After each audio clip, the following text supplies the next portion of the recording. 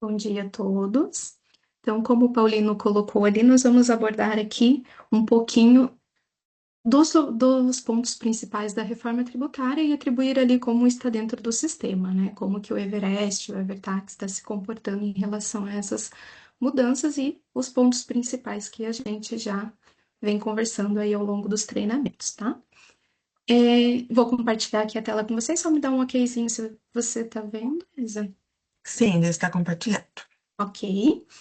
Então, aqui, nosso objetivo principal do checklist, como já coloquei ali inicialmente, é abordar um pouquinho as atualizações aqui de modo da legislação e, posteriormente, a Isabela vai dar continuidade, passando um checklist de como está esse comportamento dentro do sistema, tá?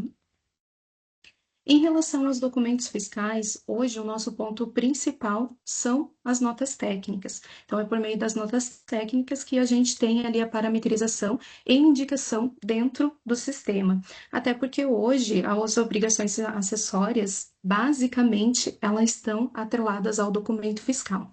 Então, esse é o nosso ponto-chave e, basicamente, a nota fiscal, o documento fiscal, é a estrela da obrigação acessória em relação à reforma tributária. Atualmente, nós estamos trabalhando com a nota técnica 2025-002. A última versão agora é 1.34 e anteriormente a essa versão, a gente teve a 1.33 que trouxe os pontos chaves em relação ao ano de 2026. Então, a nota técnica ela trazia uma obrigatoriedade de preenchimento dos campos relacionados à reforma tributária, onde o contribuinte, a partir de 2026, ele teria a obrigatoriedade de informação no documento. Em 2025 era facultativo, mas em relação a 2026, a nota fiscal ela não iria para frente, né, se não tivesse a informação dos novos tributos da reforma tributária. Recentemente saiu os dados ali, novos documentos, nova versão, que trouxe, vamos dizer assim, a dispensa desta informação. Não necessariamente a dispensa, mas informou que o documento fiscal não iria rejeitar caso a informação não fosse indicada dentro do documento fiscal. Então, a princípio, mediante a documento fiscal, a gente já tinha esse alívio, esse, vamos dizer assim, sossego de trazer a informação ou optar por não trazer. Mas, dentro da legislação, juridicamente, isso ainda tinha a obrigatoriedade. E ainda tem a obrigatoriedade desde o 1 de 1 de 2026. O ponto-chave aqui, recentemente saiu um comunicado mencionando que os contribuintes que não realizassem esse preenchimento, não trouxessem a informação dos novos tributos dentro do documento fiscal, eles não seriam penalizados. Então, o que a gente tem hoje em meios de legislação? A Lei Complementar 214 de 2025, ela ainda mantém a obrigatoriedade de informação dos novos grupos lá dentro do XML do documento, né, essa informação.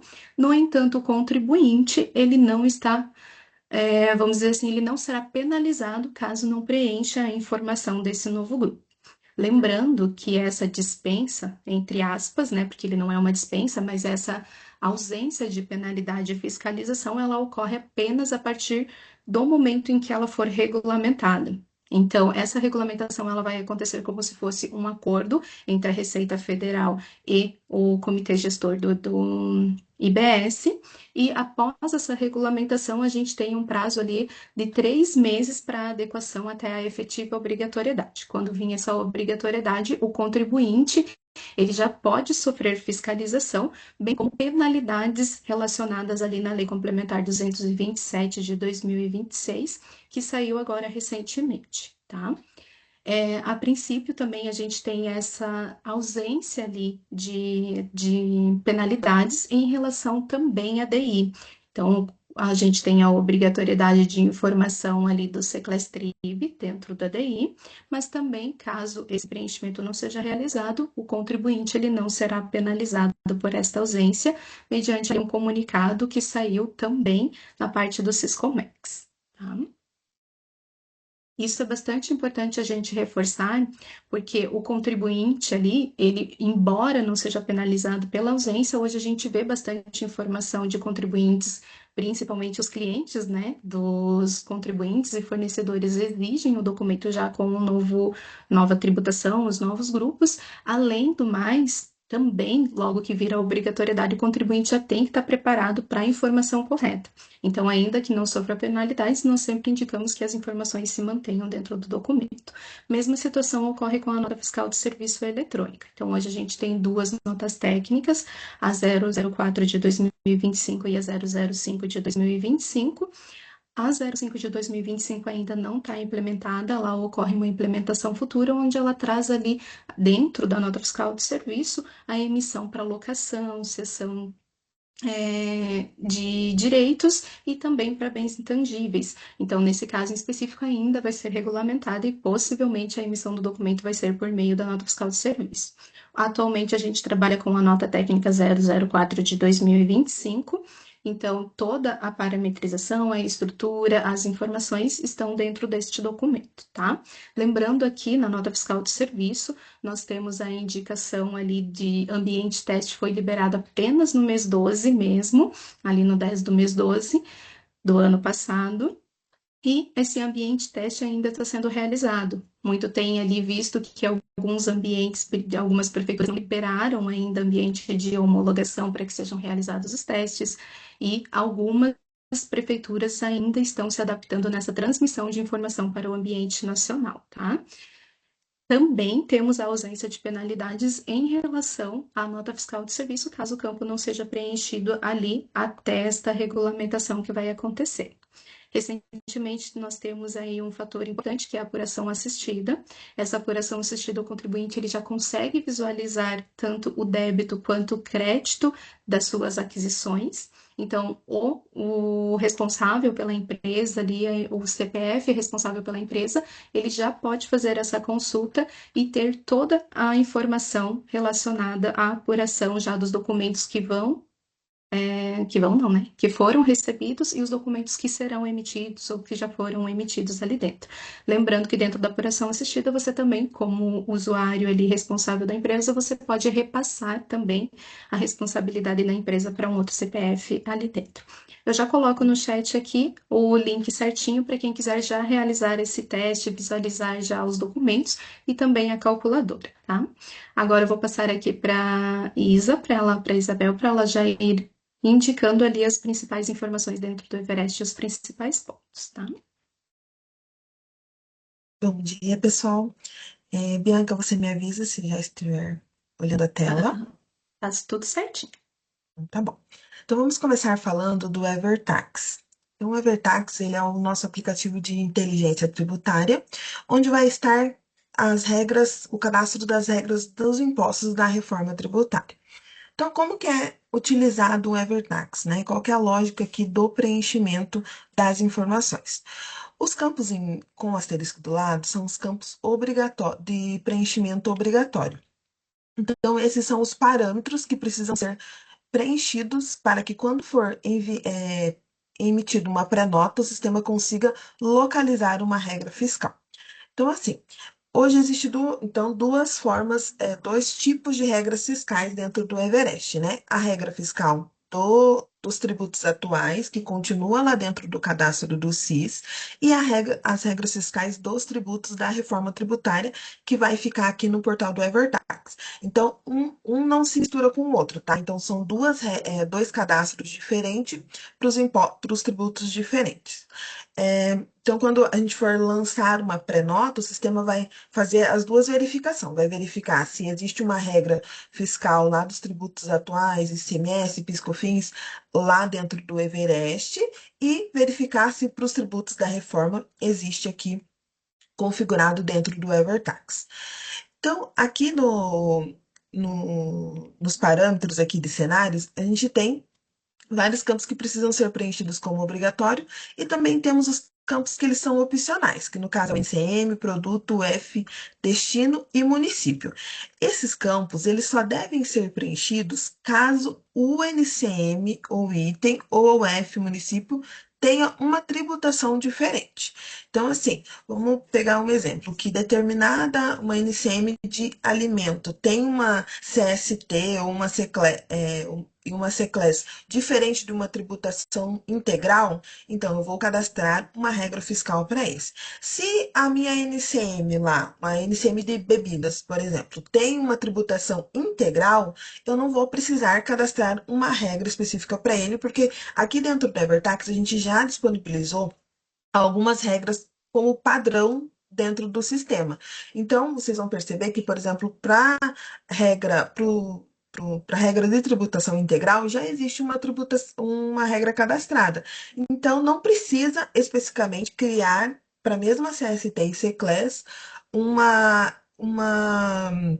vincular uma NCM, porque quando a gente não informa NCM, produto, F ou município, significa que é geral. Então, aquele NCM que eu estou faturando e não tem uma regra fiscal específica para ele, ele vai pegar de uma regra padrão, tá? Aqui nos campos aqui de CST, os campos de tributos, eles serão sempre habilitados de acordo com a CST e a C-Class que é informada.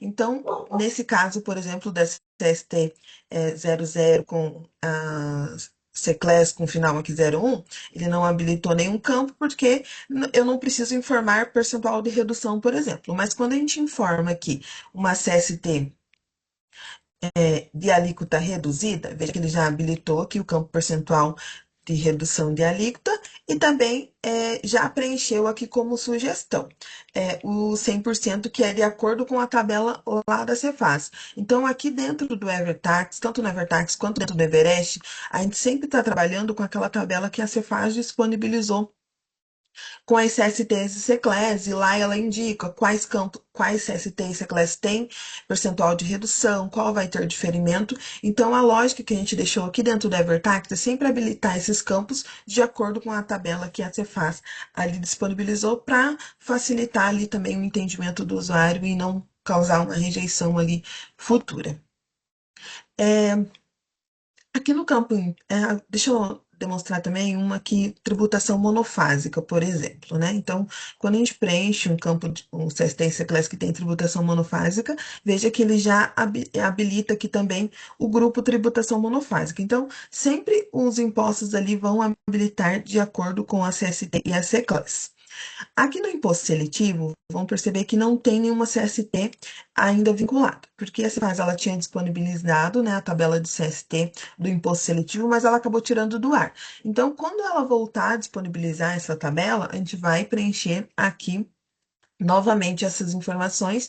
Então, se consultar aqui não é um erro, tá? É porque ainda realmente não existe mais a tabela do imposto seletivo e para 2026 também não terá o imposto seletivo.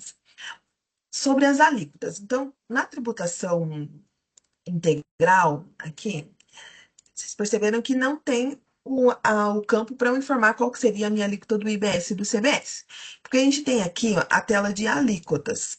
O que é essa tela de alíquotas? Aqui a gente vai demonstrar todas as alíquotas é, sendo padrão ou específica do município. Para 2026, a gente sabe que a alíquota ali é 0,9 para o CBS, 0,1 para o IBS UF, e para o município não tem. Então, o que a gente sempre vai fazer? A responsabilidade do Everest é sempre atualizar essa tabela de acordo com o que a Cefaz disponibiliza, tá? Então, não tem tela para cadastro de alíquotas de IBS e CBS, tá? Justamente por isso que a gente vai atualizar de acordo com a atualização da Cefaz. E aqui a gente demonstra como que fica, né, então, essas alíquotas. Então, a alíquota aqui para 2026 é 0,9, para o UF aqui é 0,010, né? E para o município, zero. E vamos pensar, se lá em 2027 os estados, né, determinarem que ele já tem a sua alíquota específica, por exemplo, então aqui no mapa eu vou conseguir enxergar qual que seria a alíquota específica para São Paulo. Tá? A mesma coisa para os municípios. A gente tem aqui a tabela de alíquotas por cidades, por enquanto não tem nada preenchido, porque para 2026 né, não tem nada, mas se por exemplo, em 2027, né, o município de São Paulo determinar que a alíquota dele é uma alíquota diferente da padrão que a Cefaz vai determinar, então aqui vai aparecer o município de São Paulo e qual que é a alíquota específica para eles ali, para o município. Então, em relação a atualizações de CST, atualizações de alíquotas, sempre a gente vai fazer essa carga como padrão, tá? Então não vai precisar o usuário lá e realizar o cadastro dessas informações. Vamos ver aqui, então, aqui dentro do Everest, como que vai se comportar quando eu utilizar uma regra fiscal eh, na emissão da minha pré-nota. Então, quando aqui dentro do cadastro de natureza estiver marcado que utiliza a regra fiscal, então o sistema automaticamente vai fazer uma análise, né, já na regra atual, lá nos impostos de ICMS, PIS/COFINS, se dentro lá da tela de configuração fiscal existe uma regra fiscal cadastrada, e lá dentro do EverTax, se existe uma regra fiscal cadastrada com os parâmetros que eu informei na minha pré-nota. E aqui dentro do detalhes do item, eu vou conseguir enxergar qual a regra fiscal, né, que ele pegou lá para os impostos da reforma tributária, e aqui embaixo eu consigo enxergar a tributação específica para essa pré-nota, de acordo com os parâmetros ali que foram informados.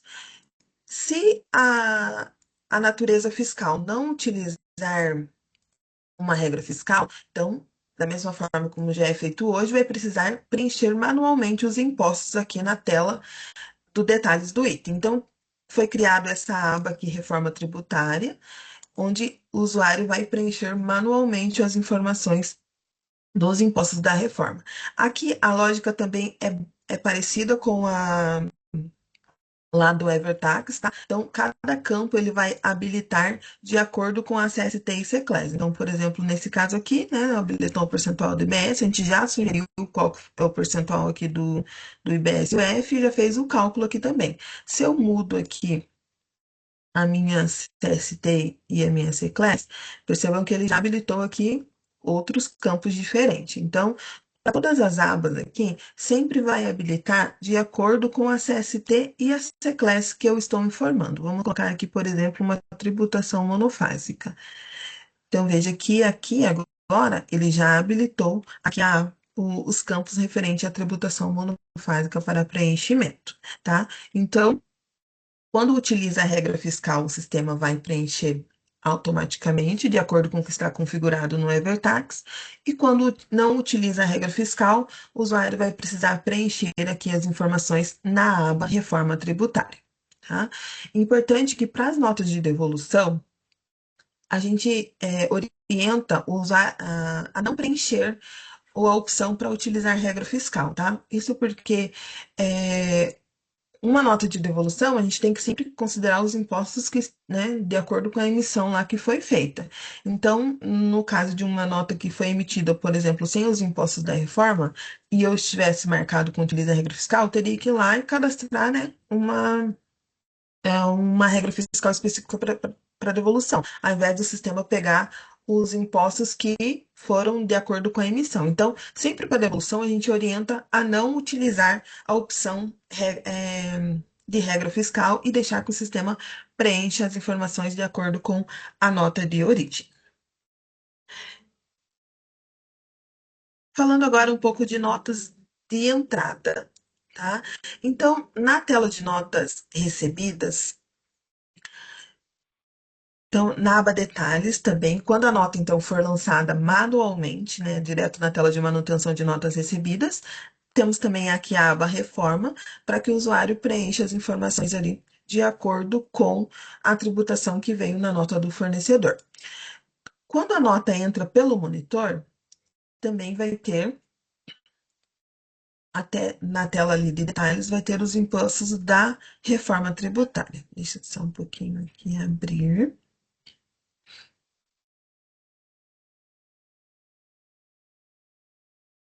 Só que aqui a gente vai ter uma diferença em relação aos impostos atuais. Vocês vão perceber que os impostos aqui, eles não estão habilitados para informar aqui manualmente, né, para edição, quando eu estou entrando com a nota manual, aqui pelo monitor. Por quê? Porque a nota fiscal, ela vai ser uma obrigação acessória, tá? Então, a gente não vai ter SPEDs para informar os impostos da reforma tributária. Então, tudo que é emitido numa nota fiscal ali pelo fornecedor é o que vai precisar efetuar a entrada no sistema. Então, diferente dos impostos atuais, que, né, a gente faz um depara lá, quando entrar com determinada CST, quando o fornecedor emitir determinada CST, eu vou entrar com determinada CST no meu sistema.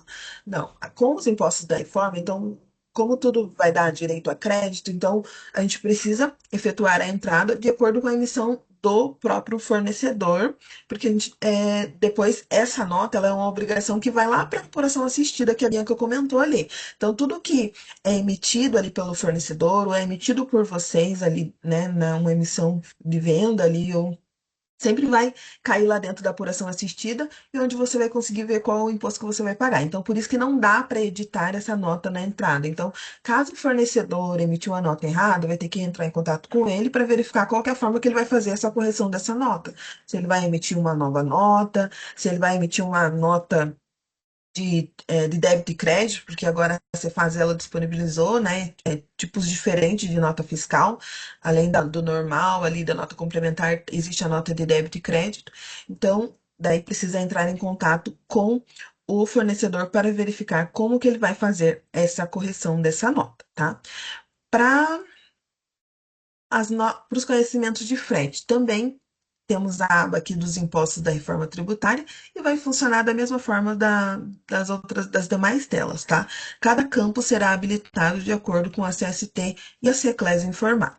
A mesma coisa lá no monitor de CTE, não vai ter a opção ali também de editar os campos das notas de entrar nas notas, né, que foi emitido pela transportadora, também pelo mesmo motivo, porque, né, eu preciso efetuar a entrada de acordo com que foi emitido a nota fiscal. E essa parte de não habilitar para editar ali no monitor é apenas para os impostos da reforma, tá? Os impostos atuais, ICMS, PIS/COFINS, continua da mesma forma. Um outro ponto importante aqui para a gente precisa falar é em relação às notas emitidas pelo PDV. Então, hoje, quando a gente, se por algum motivo o PDV emite, na hora de emitir lá a nota do PDV, ela sai com alguma tributação errada, a gente consegue, né, editar ela ali pela tela de manutenção de cupons. Com os impostos da reforma, especificamente os impostos da reforma, não vai poder mais fazer essa edição, né? Então, justamente porque a nota ela é uma obrigação acessória, então não terá na tela de manutenção lá de cupom os impostos da reforma justamente por isso, tá? Então, se precisar fazer uma correção, o cupom foi emitido errado, precisa emitir lá novamente pelo PDV ou emitir um complemento, uma nota de ajuste aqui dentro do Everest. Isso porque, né, toda a nota emitida ela vai lá para a apuração assistida e é lá que a gente vai conseguir enxergar qual que vai ser a tributação que vai ser paga dentro do mês. Então, sobre essa questão do PDV, é preciso ficar atento, né, se os PDVs já estão emitindo as notas fiscais, ali, os cupons, de acordo com os impostos ali da reforma tributária. A gente não vai falar hoje de nota de serviço, porque a gente ainda está liberando as notas de serviço ali dentro do Everest. Tivemos algum atraso devido a algumas prefeituras, elas não ainda estarem de acordo, né, demoraram ali para liberar os ambientes, mesmo as prefeituras que já dizem que está com o ambiente nacional, quando a gente foi testar ainda ambiente de homologação, a gente teve algumas dificuldades. Mas em breve a gente vai liberar e a gente vai também liberar os vídeos para vocês no link lá que a gente sempre disponibiliza com uma atualização ali das notas de serviço, para que vocês saibam com as orientações corretas ali para o lançamento ali, tanto na emissão quanto na entrada de uma nota de serviço. E também a gente vai continuar atualizando o Everest, né, de acordo com as notas técnicas. A gente sabe que durante o ano de 2026 vai ter provavelmente muitas atualizações ainda para fazer, e vocês serão informados sempre que houver uma atualização em relação à reforma tributária, em relação aos demais impostos atuais.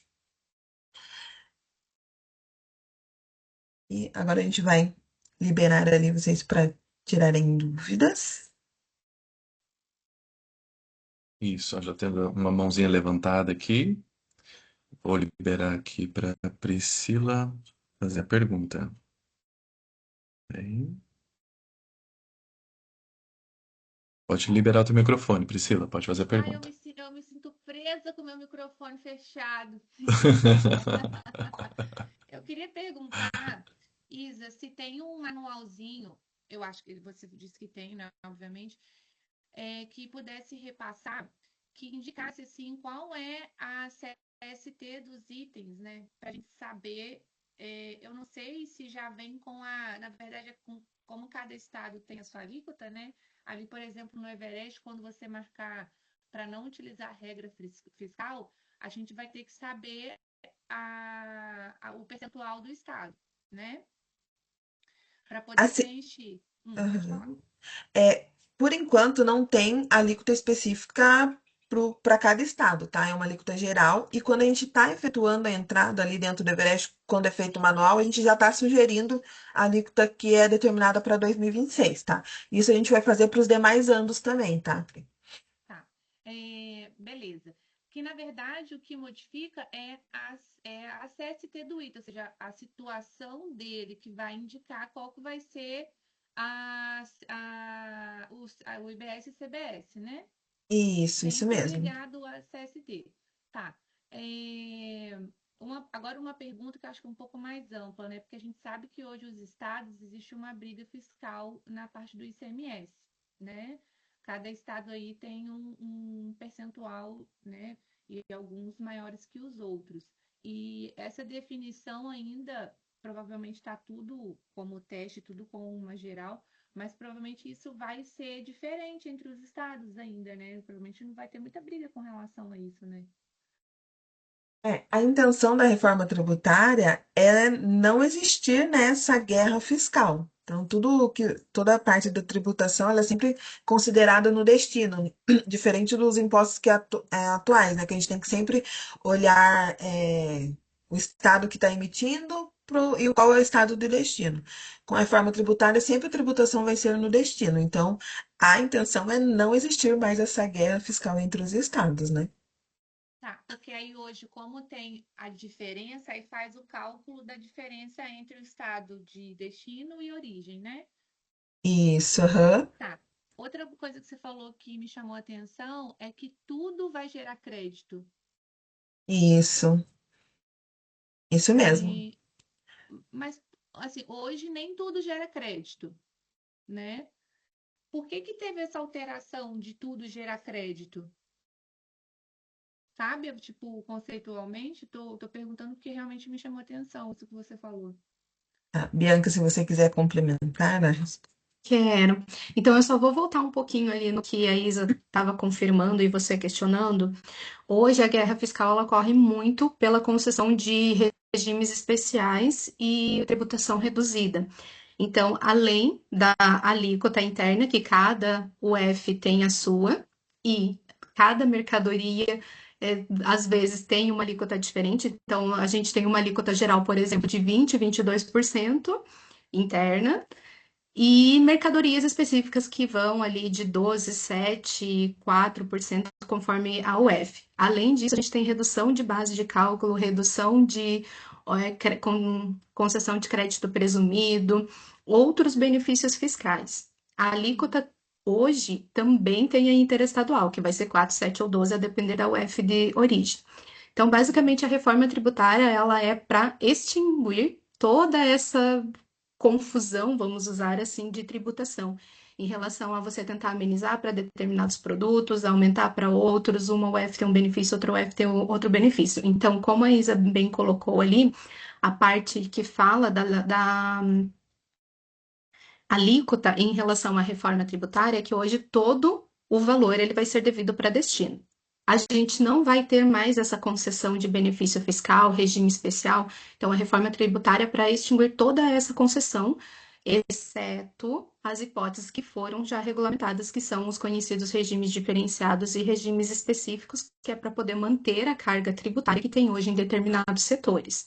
Mas, a princípio, apenas a distinção da alíquota é que vai acontecer. Então, sempre que você enviar para uma UF, ela pode vir a ter uma alíquota diferente da alíquota referência, que é a alíquota publicada pelo Senado. Então, a gente vai ter uma alíquota, que é a base geral do IVA, e tem a determinação ali da UF escolher se vai ou não seguir a alíquota e do município escolher se vai ou não seguir aquela alíquota de referência. Mas é a única diferença que vai ter. Vai ser devido sempre para destino e o destino pode ter uma alíquota diferente, mas você não vai correr o risco de lá ter ou não uma tratativa de um regime de redução de base ou, enfim, que não esteja amplamente para todo mundo, para todos os Por exemplo, você contribuintes. disse, Ou por exemplo, só para você me dar um exemplo, por exemplo, no Rio existe uma redução de ICMS para bares e restaurantes, o ICMS 12 na época. Então, na época a gente se beneficiava com era 2, acho que depois subiu para 4, não me recordo, era 2 ou 4, não me recordo agora, que de fato é uma diferença bem grande para 12, né? Então, assim, você diz esses benefícios, por exemplo, específicos para alguns estabelecimentos, como é que fala, alguns ramos de atividade, isso também vai acabar? vai. Então, eles ainda permanecem no decorrer aí de 2029 até 2032, porque eles permanecem para o ICMS exclusivamente. O ICMS acaba só em 2033, então nessa transição vai se manter para o ICMS. Com a Tá. reforma tributária não vai existir isso. Por exemplo, bares e restaurantes têm regime específico, porque, como eu mencionei, eles têm que manter a carga tributária. Então, a reforma não é de forma alguma para aumentar. Embora a gente já saiba que vai aumentar para alguns, mas em resumo, a reforma tributária ela não é para ter aumento de carga tributária. Então, efetivamente, foi criado o regime específico para bares e restaurantes para ter essa equivalência, porque hoje essa redução que você está comentando é praticamente em todos os estados tem. Então, quem não Ah, bom consegue saber. de redução de base consegue de uma alíquota específica. Então, tem uma carga tributária já pronta. Nesse sentido, com a reforma tributária, se manteve a mesma linha de raciocínio, tá? Então, em termos, né, na tese, na teoria, a carga tributária é para ser igual, então a gente tem uma redução de alíquota de 40%.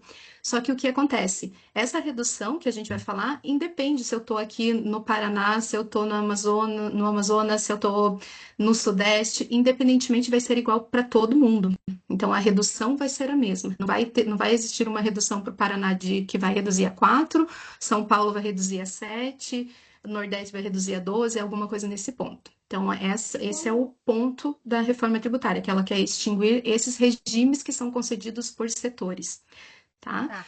E Outro a ponto Zona Franca, por importante. exemplo? Por exemplo, a Zona Franca que hoje tem algumas empresas vão abrir em certos locais justamente por conta da redução dos impostos. Isso também acaba com a reforma? Então, a reforma é exatamente para acabar com isso. Então, o estudo da reforma é para que o contribuinte não precise se mudar de localidade só para usufruir de um regime especial. Então, ou de um Tá. benefício tributário. Isso a reforma veio para extinguir isso. Então, se eu vou me locomover para outro estado, vai ser por fins logístico, por outros fatores, exatamente planejamento específico organizacional do que tributário. Então, é para extinguir a parte tributária. Então, não vai existir, eu vou ir para a região X só por causa do benefício lá. Você levantou um ponto da Zona Franca de Manaus. A Zona Franca de Manaus, ela é um polo que surgiu, agora eu não me recordo o ano especificamente, mas surgiu já há um bom tempo, para manter a parte ali, vamos dizer, me fugiu agora o termo, mas para equivaler realmente o faturamento. A gente sabe que a região norte, principalmente em relação ao Amazonas, é uma região onde você não tem ali amplamente uma parte econômica que seja sustentável para o Estado. Então, foi criada a Zona Franca de Manaus para suprir essa necessidade com benefícios fiscais, para que empresas se instalassem nessa região. Então, a Zona Franca de Manaus, com a reforma tributária, foi mantida, tem regime específico tem um regime diferenciado para essa área, onde tem redução de alíquota. Então, foi reduzido e sim, as indústrias que são habilitadas dentro dessa área se mantêm por causa do benefício fiscal, mas isso é devido a estudos da reforma tributária, que não tem como, vamos dizer assim, não tem como tirar dessa área, porque senão ia ser algo muito impactante para a arrecadação dessa região. Tá? Então, a área de livre comércio, a Zona Franca de Manaus se mantém com a mesma equivalência de tributação e regime e benefício fiscal. O que a gente não vai ter são outras regiões. Por exemplo, hoje o Sudeste tem uma gama muito grande de benefícios fiscais vinculados a indústrias, principalmente. Região Centro-Oeste também. Então, isso que é para ser tirado. Agora, zonas específicas, que é, por exemplo, a Zona Franca de Manaus, se mantém devido a esse polo necessitar de uma arrecadação e, se caso tirar o benefício, essa arrecadação pode ser que eles não consigam sustentar a UF, tá? Mas isso é tudo estudos mesmo do governo. Então, só antes um pouquinho de passar ali para outra pergunta, só vou ressaltar que, em relação a diferencial de alíquota, substituição tributária, nós não temos a reforma tributária, tá? Que foi o que você comentou ali da diferença de um estado para o outro. Então, hoje, a operação interestadual, a gente não tem mais o diferencial de alíquotas ou substituição tributária ali de mercadorias específicas para determinadas UFs, tá? Eu tenho mais uma pergunta. Por exemplo, a gente tem alguns planejamentos tributários que na época que eu estudei, falava-se muito do McDonald's, que ele monta o combo e aumentava, deixava o valor da bebida mais alto porque por conta da questão da substituição. Então, vários estabelecimentos foram seguindo, né? Ah, vou fazer um combo aqui, deixa o valor da bebida maior, porque eu não sei se quem consumia McDonald's, caramba, por que que o refrigerante é tão caro, né? Sendo que o alimento ele é tributado, era, né, tributado integralmente. Isso na reforma tributária se mantém uma tributação diferente para bebida e alimento? Termos de Tem uma alíquota? diferença, tem uma diferenciação, por exemplo, para bebidas alcoólicas, onde a gente tem a prática do imposto seletivo, que ele vem do primeiro da cadeia, seja o importador ou o industrial. Então, o imposto seletivo ele vai aumentar essa carga, tá, tributária, mas isso entra só em 2027. 2026 a gente não tem a presença, então a gente ainda não sabe qual que é a carga que vai aumentar, mas vai ser muito parecido. Ele vai ter um aumento também em relação ao produto, por exemplo, se eu estou falando em um suco ou estou falando em comida, então bebidas doces, que é o caso do refrigerante, enfim, açucaradas, né, que eles chamam, e bebidas alcoólicas, cigarro, enfim, vão ter esse impacto de um valor um pouco maior em decorrência do imposto seletivo. Mas só lembrando que o imposto seletivo é tipo o IPI. Ele incide uma única vez, basicamente, né? Vai ser só no primeiro da cadeia e depois ele só vai ter a consequência desse valor para os demais comerciantes, né, que vão ali aumentar para sua margem de lucro, enfim, ele vai ter um pouquinho mais elevado. Alguns alimentos vão ter redução de alíquota, mas não temos a presença da substituição tributária. Temos o regime monofásico hoje para combustível, que foi o que a Isa bem colocou ali no cenário, que ele vai habilitar, mas também não vem a caso porque aqui a gente fala mais amplamente de bares e restaurantes, né? Mas são setores específicos, tá? Que vão trabalhar com alíquotas uniformes, que é o caso de financeiro, enfim, e o regime monofásico. Mas falando de um modo geral, nós não vamos ter a presença da substituição tributária, tá? Que é E só a esse que você última, complementou. tá, e só a última que eu perguntei ali à Isa sobre por que que tudo vai ter crédito. Então, esse é da não cumulatividade. Uma das Tá. hipóteses que vem com a reforma tributária é a não cumulatividade plena. Como você bem colocou ali, hoje nem tudo a gente tem crédito, tanto do PIS da COFINS quanto do ICMS. Então, falando aqui um pouco melhor do ICMS, a gente, por exemplo, para uso e consumo, lá dentro da lei complementar e da lei Candir, a gente tem ali uma prorrogação excessiva desde 1900 lá, não faz tanto tempo, tá? Mas lá, desde a criação da lei Candir, teve a possibilidade de você usar de uso e consumo, só que com o tempo isso foi sendo prorrogado e até hoje nós não temos crédito de uso e consumo dentro do ICMS. Isso já era contencioso também para PIS e para COFINS e para o ICMS, e é um contencioso ali bastante grande, porque eu não sei se eu posso tomar crédito, eu sou ADM, eu não sei se eu posso tomar crédito da energia, mas a indústria pode, só que o ADM está dentro da indústria, posso ou não posso? Então, vários debates, algumas UFs entendem que pode, outras UFs não, então isso gera uma complexidade muito maior. Então, a reforma tributária, ela veio com a não cumulatividade plena, que seria, entre aspas, para acabar com isso. Então, tudo que você tem de aquisição da empresa, lembrando que isso não se confunde com uso e consumo pessoal, tudo que é adquirido e utilizado dentro da empresa, ele vai ter 100% do crédito. Assim como você também vai ter uma alíquota bastante onerosa na tua saída, porque hoje uma alíquota que a gente tem ali, talvez totalizando, né? Vamos dizer assim, uma carga tributária de 12, por exemplo, agora você vai ter uma carga tributária de 20, 30, dependendo do setor, tá? Você Não vai falando poder aqui colocar estritamente mais, aqui. você vai ter mais crédito, né? Porque antes você não poderia, então, na verdade, vai no final das contas, pode dar na mesma, né? Exatamente. E hoje, assim como o crédito tem para tudo, o débito tem para tudo também. Então, empresas, por exemplo, de serviço que não tinham débito, hoje passam a ter. Claro que, graças a Deus, né, para bares e restaurantes, o impacto vai ser um pouco menor disso, é mais a base do planejamento, de como ser o cálculo por fora, a gente adequar isso. Mas, num sentido amplo da reforma tributária, isso é um impacto muito grande, porque se não tivesse 100% de crédito, talvez a oneração do contribuinte ia ser muito maior do que a gente já imagina que é, né? Só tem um ponto importante, né, Bianca? Que o crédito, ele não vai ser assim, igual a gente é acostumado hoje, né? Entra com a nota e já toma o crédito. O crédito vai depender se o seu fornecedor pagou o tributo daquela nota. Então, a reforma tributária, ela é muito também um planejamento financeiro da empresa, né? Porque hoje a gente acaba trabalhando com o crédito, né? Com o valor daquele crédito que eu não vou pagar de imposto. Então, o planejamento precisa ser também eu contratar fornecedores que sejam bons pagadores de impostos, porque senão eu não vou conseguir o crédito daquela compra que eu realizei, enquanto o fornecedor não pagar o tributo lá para o governo. Isso é um ponto muitíssimo importante. Dentro da apuração assistida, que já tem essas informações, e dentro do split payment, o governo já está adequando isso. Então, o contribuinte, ele com certeza vai ter que ter o controle em relação ao seu fornecedor, porque o crédito, ele pode ser tudo, mas tem um porém. Ele pode ser tudo o que foi efetivamente recolhido para o governo. Você não vai Eu ainda não apropriar de posso. algo que supostamente vai ser recolhido, né? Vai ter um sistema, provavelmente, que a gente consiga ver se o fornecedor está pagando, né? Vai ter que ter alguma coisa nesse sentido, né? É que o governo já vai fazer toda essa adequação, tá? Então o governo ele vai Uhum. já puxar essa informação e já colocar lá, ó, você tem esse crédito, ele mesmo vai fazer essa adequação.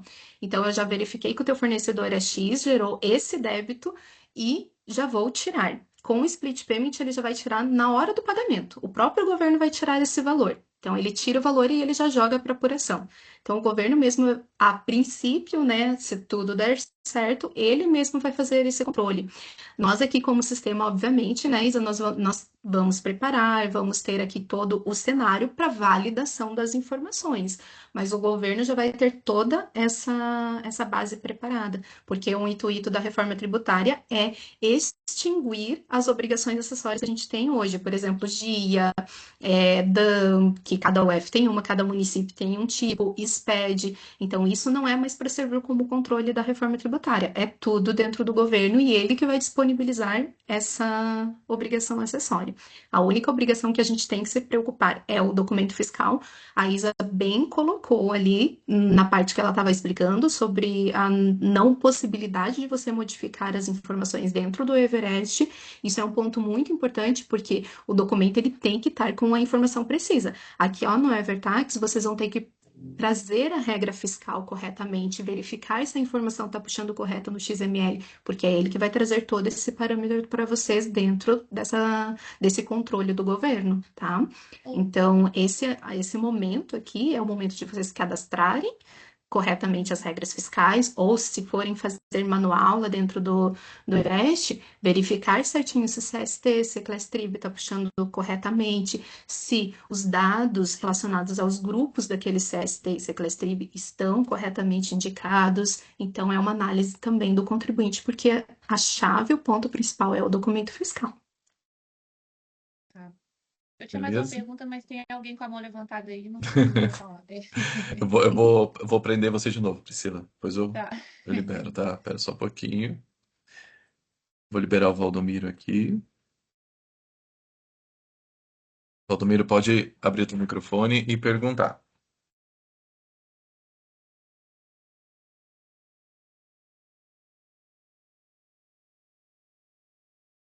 Você já pode abrir o teu microfone.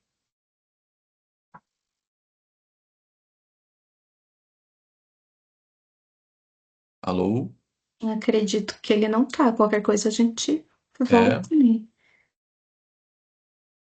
Eu vou liberar então para o Giovanni aqui, só um pouquinho.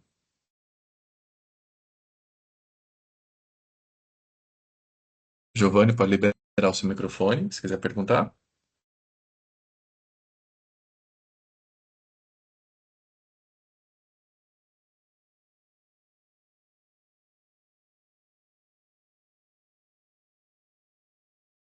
Alô?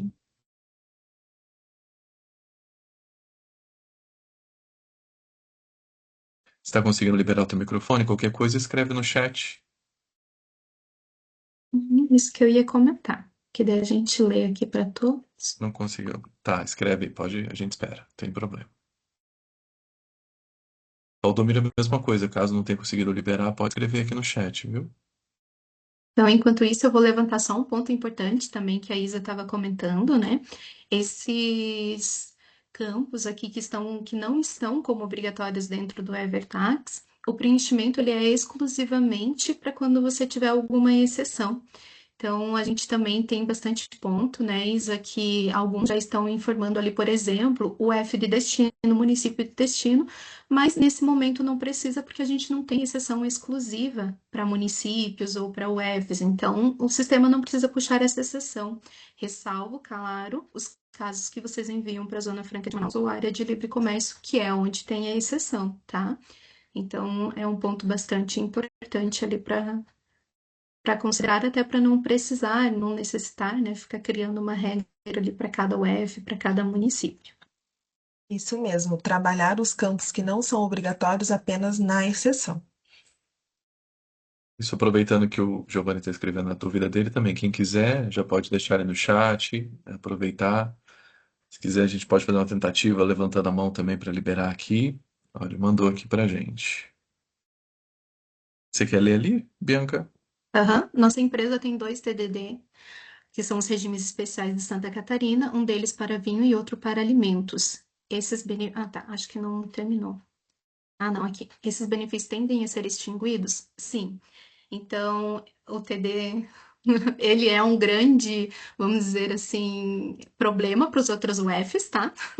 Porque Santa Catarina ele concede bastante e são regimes específicos setoriais e para empresas específicas, tanto que a gente não tem ali uma legislação, por exemplo, se é concedido para você, eu não tenho uma legislação para saber que benefício foi concedido para você, porque muitas vezes ele foi vinculado à tua empresa. A gente tem uma legislação ali de um âmbito geral, mas não sabe qual é aplicado para você, por exemplo, né? Então, realmente isso é para ser extinto, tá? Então, você até mencionou ali que você tem para alimentos, né, pelo fato de ser restaurante. Então, com a reforma tributária, a gente vai entrar aqui nessa área do regime específico, que é de bares e restaurante com redução de alíquota.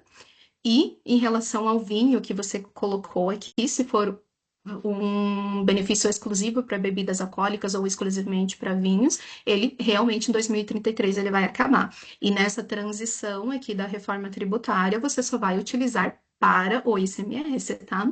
Isso é um ponto bastante importante, que a gente tem alguns clientes que eles estão confundindo os regimes atuais com os da reforma. Não se confunde, tá? Então, se você tem um benefício próprio, um TD próprio para tua empresa, para alimentos e para vinhos, exclusivamente para o ICMS, tá? Ou ICMS-ST, no caso de bebidas alcoólicas, que algumas têm, né? Não sei exclusivamente qual é o seu, mas nesse caso em específico, só se mantém para ICMS até 2032. Em 2032, possivelmente, esse regime ele vai ser extinto, tá? E lembrando que o regime específico de bares e restaurantes não se aplica para bebidas alcoólicas. Então, se o vinho for preparado dentro da empresa, é somente se for um vinho não alcoólico, tá? Para entrar dentro do regime específico. Haja coração é exatamente isso. Porque esse planejamento, especialmente o PIS e a COFINS, a gente tem um sossego porque termina agora em 2027, né? Em 2026 acaba, em 2027 a gente trabalha só com a CBS. Então entra ali o crédito, o único BO que vocês vão ter é esse levantamento de crédito do PIS e da COFINS. Agora o ICMS a gente tem um caminho aí para percorrer bem longo. Então é um planejamento e é um ponto que a gente levanta bastante nos nossos treinamentos, é esse planejamento que vai ser necessário, tá? Esse controle ali que vai ser necessário. Aproveitando, até 2032. Mas pense pelo lado bom. O importante é que toda aquela. Não sei se vocês têm operações interestaduais também, mas toda aquela confusão de diferencial de alíquotas, enfim, pelo menos acaba. Não sei se a Isa quer complementar também alguma coisinha dentro do sistema em relação a essa parte, mas basicamente é só a extinção mesmo. E o sistema mesmo ele vai comportar somente até 2032, né? Que é o momento que vocês vão trazer essa informação dentro das regras atuais que já tem hoje das regras fiscais, né? Isso. De Ah, acordo com o que for saindo, né, extinguindo a tributação até lá o 2032, a gente também vai adaptando o Everest para, né, que a tributação ele também seja proporcional ali, igual a Cefaz determina. E uma coisa importante ali que a gente falou, né, da questão do controle de créditos. Também a gente vai estudar, né, durante o ano de 2026, é um estudo para todo mundo, além, né, tudo é novo para nós como sistema e também para os usuários, né. Então a gente também quer facilitar o usuário para, né, que quando confira lá com o que está lá na receita, também consiga enxergar essas informações do Everest. Então a gente vai ter várias mudanças em relação a isso para que, né, o usuário consiga enxergar da melhor forma e sinta o menos possível, né. uhum. E lembrando que na transição, tanto os benefícios quanto a alíquota do ICMS serão reduzidas. Então, no período 2029 a 2032, tem a redução gradativa 10, 20, 30, 40%, tanto dos benefícios quanto das alíquotas, tá? Daí, possivelmente, o sistema ele vai comportar também essa informação, mas também, como a Isa colocou, esse ano é um período também para a gente, como sistema, trazer as adequações. E se vocês tiverem sugestões também, né? O Valdomiro ele colocou aqui em relação ao crédito, que ele mencionou aqui que acreditava que seria somente em relação aos insumos. Então, não, hoje a gente tem também a possibilidade do crédito de uso e consumo. Você até colocou ali avental em relação ao garçom. A princípio também entraria nessa parte da legislação, tá? De crédito, porque ele é utilizado dentro da empresa. Tem hipóteses específicas lá dentro da lei complementar que ele trata o que é o uso e consumo pessoal, ou seja, o que entra, por exemplo, num uso e consumo específico do sócio da empresa, ou características específicas. Isso é super importante dar uma olhadinha, tá? Para não confundir.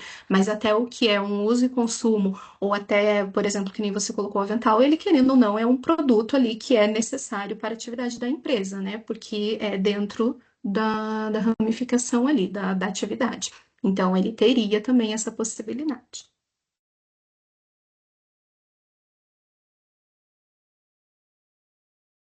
O Valdomiro fez um complemento ali logo em seguida. Sobre o Evertax, sim, a gente está passando por algumas instabilidades ali no Evertax, tá, Valdomiro? E até a semana que vem, a gente já, na verdade, os desenvolvedores já estão trabalhando, tá? E já vamos liberar para vocês a gente teve que alterar algumas coisas na estrutura dele. A gente vai fazer vídeos também, assim que liberar, no máximo até a semana que vem, mas vocês serão informados, tá? Pode ficar tranquilo, que a gente já está, corrigindo essas instabilidades que a gente está tendo ali. A Priscila continuou com a mão levantada, eu vou liberar teu microfone, Pri. Só um pouquinho. Quando Só libera um ali, ponto importante em relação à Tá. Danf, que até o Valdomiro mencionou ali. Por enquanto, os dados da reforma tributária, os impostos, eles só irão no XML, tá? Ele não vai aparecer lá na impressão da Danf. Porque a gente não tem ainda um layout disponível ali pela Cefaz, como que será essas informações. E como o IBS-CBS para 2026 ele é apenas como demonstrativo, né? Ele não tem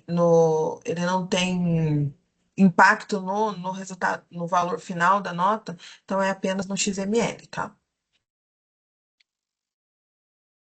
Eu só Beleza. queria. Você falou um pouquinho do serviço, Isa e Bianca, mas vai piorar para quem tem. A gente estava até conversando aqui internamente com o Rafa lá do Vamos aqui no WhatsApp, né? Desesperado com a área de serviço, né? Que vai aumentar, a gente não tem crédito. Mas se vai ter débito, não vai ter crédito nenhum, Bianca.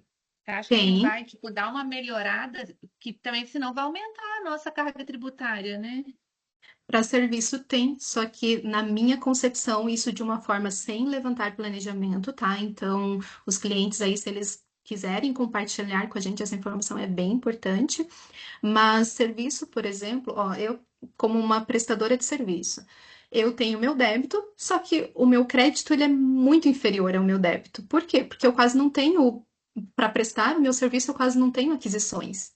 Então, eu não utilizo muita, vamos dizer assim, muito uso e consumo ou muito item para que me gere um crédito. Então, não é que não vai ter, é que o crédito de algumas atividades é um crédito bem inferior ao seu débito. Por isso que acaba onerando um pouco mais as empresas de serviço, tanto que no debate da reforma tributária isso foi bastante levantado, bastante pontuado, mas somente entraram em regimes diferenciados algumas atividades bem específicas. Advogado, contador, enfim, essa área como eu falo assim, mais estruturada de legislação, mas grande parte na minha, isso considerando, tá, uma visão bem pequena aqui, sem muito aprofundamento. Eu acredito que prestadores de serviço vão ser bastante onerados se não tiver um planejamento, principalmente em relação às suas aquisições, ou um planejamento nos seus débitos ali para aumento de serviço, ou algo nesse sentido. Então, para mim, o planejamento vai ter que ser muito maior. Eu só vou complementar aqui rapidinho com o Coro Giovanni. Então, realmente, ele comentou aqui sobre ter recolhimento de fundo de combate à pobreza, a diferença. Então, o diferencial de alíquota não existe, substituição não existe, e fundo de combate à pobreza, a emenda constitucional permanece com a disposição de criação para a IBS, tá? Então, a IBS futuramente pode ter um adicional de fundo de combate à pobreza, mas só após uma regulamentação, isso não é assertivo, tá? Então, Vou fechar o teu microfone aqui, Pri. Alguém tem mais uma pergunta, pessoal? Sil, se você quiser falar. Oi, pessoal, bom dia. Nós preparamos um material de apoio para vocês aí com relação às regras da reforma tributária e aqui o Evertax, um compilado de tudo que a Isa apresentou aqui. Enviamos por e-mail, não sei se todos receberam. Eu vou colar para vocês aqui no chat, tá? O treinamento que a gente fez, são vídeos curtos e bem explicativos aí sobre as mudanças, tá? E se alguém precisar de algum treinamento específico, estamos aí à disposição também. Isso, mais alguma dúvida, pessoal? Quiser jogar aqui no chat, a gente pode tentar liberar aqui o microfone novamente. É assim, a gente vai disponibilizar, né, assim que a gente encerrar essa série, a gente vai disponibilizar os vídeos para que todos possam ter acesso, tá? A gente tem ainda mais um encontro na semana que vem. O teor do encontro, ele é o mesmo do que a gente está fazendo agora, né? Então, é um espaço para trazer as informações, um espaço para abrir dúvidas, para responder dúvidas. Então, caso fique alguma coisa para trás, se quiser participar novamente semana que vem, se quiser chamar mais pessoas da equipe, encaminhar para o seu contador para ele participar também, tá? Podem participar, podem se inscrever. Tá? É no mesmo e-mail que a gente já enviou, tem ali o linkzinho, né? A gente vai fazer um reforço na semana que vem, tá bom? Então, bom, a gente agradece a participação de vocês, tá? Foi super legal, bem produtivo. E como as meninas falaram, né? Esse momento é novo para todo mundo, né? Então a gente está construindo muita coisa também. E a gente conta sempre com a participação, o feedback de vocês, para que tudo seja alinhado e feito da melhor forma possível também. Ok? Então, assim que a gente finalizar, como eu falei, a gente faz esse envio, disponibiliza esse conteúdo, ok? Mas o Valdomiro falou, né? Uma pena que foi pouco tempo, mas a gente quer fazer novos encontros, tá? Esse desse mês a gente está priorizando a questão de tirar essas dúvidas, mas a gente vai promover novos encontros de outros temas relacionados à reforma. Pode ficar tranquilo que a gente vai ter outros momentos, ok? Então, muito gente, obrigada a muito todos. obrigado, muito Obrigada a obrigado a todos. todos. Até a próxima. Até mais.